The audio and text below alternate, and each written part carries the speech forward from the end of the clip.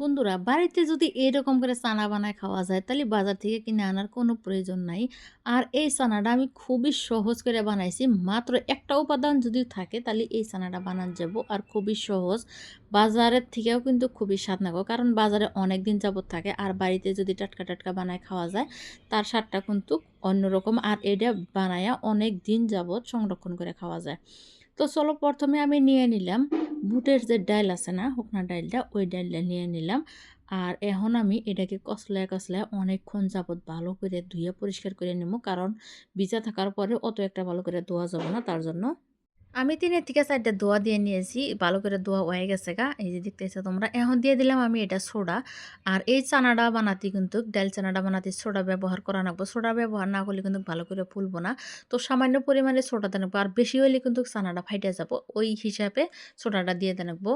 আর আমি ভিজা রাখছিলাম মোটমাট ৫ এর থেকে ৬ ঘন্টা। এটা অনেকক্ষণ যাবত ভিজা রাখা লাগে। কমসে কম ৫ এর থেকে ৬ ঘন্টা ভিজা রাখা লাগবো। তারপর এটা বানানোর উপযোগী হইব।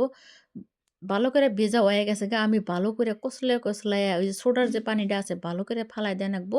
সুন্দর করে একদম পরিষ্কার পানি দিয়ে ভালো করে কষলায় ধুইয়ে তারপরে এরম হয়ে গেছে। এখন আমি কি করছি, একটা সুতির গামছা আছে, গামছার মধ্যে নিয়ে নিছি যাতে ওই যে উপরের যে পানিটা আছে, পানিটা আছে ওইটা যাতে না থাকে। ওইটা থাকলে তেলের উপরে ছাইড়া দেওয়ার হাতে, হাতে ফুটবো। ওইজন্যে যাতে শুকনা, শুকনা হয়ে যায়। তো আমি অনেকক্ষণ যাবত গামছা দিয়ে কষলায়, কষলায় উপরকার পানি দিয়ে আমি ই করে নিছি। তোমরা চাইলে ফ্যানের উপরে দিয়া ফ্যানের তলে দেওয়া পারো, যাতে ভালো করে গতরের পানিটা না থাকে। এই অবস্থা করে নিব। এখন এটা ভাজার উপযোগী হয়ে গেছে গা। তো আমি কড়াইতে তেল দিয়ে নিছি। তেলগুনা হিট হয়ে গেছে গা। এই যে ছাঁকনিটা যে দেখতেছো না, এই ছাঁকনির মধ্যে আমি ভাজবো। তো তোমরা চাইলে খালি তেলের মধ্যে ছেড়ে দিতে পারো যদি তোলার কোনো ব্যবস্থা থাকে। তো আমার কাছে ওইরকম একটা ছানটা নাই, তার জন্য এই ছাঁকনির মধ্যে দিলাম। দেওয়ার পরে দেখো কিরম করে ফুলতাইছে। ডাইলটা যদি ভালো করে না ভেজে তাহলে কিন্তু সহজে ফুইলা উঠবো না। আর ডাইলটা যদি অনেকক্ষণ যাবত ভেজা থাকে তেকাশান ফুইলা উঠবো। আর সোডাটা কিন্তু কমন ব্যবহারই করা লাগবো। তো যাই অনেকক্ষণ যাবত এটা নাড়াচাড়া করার পরে যে ফুইলা উঠছে দেখতেছো না? ফোলারও কিছুক্ষণ পর আরও কিছুক্ষণ রাইখা দিলে ভালো হয়। মানে লাল, লাল ভাজা হয়ে গেছে গা। এই যে ভাজাটা সম্পূর্ণ হয়ে গেছে। এখন আমি তুইলে তার বাদে তেলটা নিগড়ে নিমু। তেল থাকলে তো চানাটার বেশি স্বাদ লাগবো না, তার জন্যে। তো এখন আমি ভাইজা নিমু কিছু বাদাম। কারণ চানার মধ্যে বাদাম না দিলে তো চানার একটা স্বাদ আসবই না। তার জন্য আমি বাদামগুনা ভাইজা নিতেছি। শুকনা বাদাম তেলের উপরে ভাইজা নিতেছি। আর বাদাম বেশিক্ষণ ভাজা লাগে না, অল্প টাইম ভাজলেই হয়ে যায়।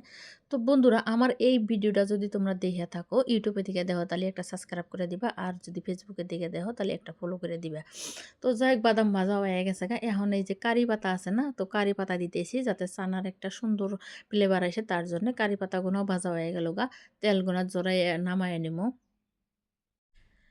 এখন বাইজে নিতেছি আমি শুকনা মরিচ। কারণ এই যে এই বুটের ডালের চানাটা যে আছে এটা কিন্তু দোকানে অনেক শুকনা মরিচ থাকে, তার জন্য শুকনা মরিচ দিলাম। আর শুকনা মরিচের একটা যে সুঘ্রাণ আছে ওইটা না থাকলে কিন্তু চানা মজে না। তো তার জন্য আমি অনেকগুলো শুকনা মরিচ তেলের উপরে বাইজে নিলাম। সবকিছু এই যে চানার উপরে দিয়ে দিছি, ভাজা হয়ে গেছে। এখন দিয়ে দিলাম উপর দিয়ে ১ চামচ, মানে হাফ চামচের মতন শুকনা মরিচের গুঁড়া। তারপর দিয়ে দিলাম ভাজা নুন। ভাজা নুনের বাদে বিট লবণও ব্যবহার করা তো পারো তোমরা। তারপর দিয়ে দিলাম ধইনার গুঁড়া। তো সবকিছু দেওয়া হয়ে গেছে গা। আর ২-৩ টা এই যে শুকনা মরিচ আমি ভাইঙা দিতেছি যাতে খুবই একটা সুন্দর ফ্লেভার আসে আর যাতে খাতি ভালো লাগে। তো সবকিছু দিয়া হয়ে গেছে গে। এখন ভালো করে মাখায় নিতেছি। অনেকক্ষণ মাখাইতেছি যাতে সবগুনা চানার গতরে নুন মরিচ ভালো করে ঢুইকা যায়, মানে লাইগা থাকে। তো মাখানো হয়ে গেছে গে। এই যে দেখতেছো না খুবই সুন্দর হইছে। এটা কমসে কম ১ মাস যাবতও কিন্তু সংরক্ষণ করে খাওয়া যাবো যদি কাঁচের বয়ামে খাওয়ার চাও।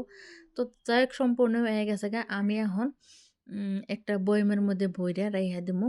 আর এইটা যেকোনো মাইনষে দিলে কিন্তু পছন্দ করবো। অনেকদিন যাবত খাওয়া যাবো। তোমরা যদি না খাইয়া থাকো তাহলে এরকম করে একদিন বানায় খাইয়া দেখো, খুবই ভালো লাগবো। যেকোনো মানুষই এটা পছন্দ করবো। একটা পছন্দের বস্তু। বাজার থেকে তো অনেক দামে আমরা কিনে এনে খাই। আর বাড়িতে অল্প খরচে এটা বানানো যাবো। তো যাই হোক, এই যে বয়ামের মধ্যে আমি স্টোর করে রেখে দেবো অনেকদিন যাবত। তো বন্ধুরা, আমার এই রেসিপিটা তোমার কাছে কিরকম লাগছে তোমরা কমেন্ট করে অবশ্যই জানাবে। যদি ভিডিওটা ভালো লাগে লাইক, শেয়ার, কমেন্ট করে দিও। তো আজকের মতো তোমার থেকে বিদায় নিতেছি। আবারও আসবো কোনো নতুন রেসিপি নিয়ে। ততটাইম তোমরা সুস্থ থেকো, ভালো থেকো, আমার পাশে থেকো।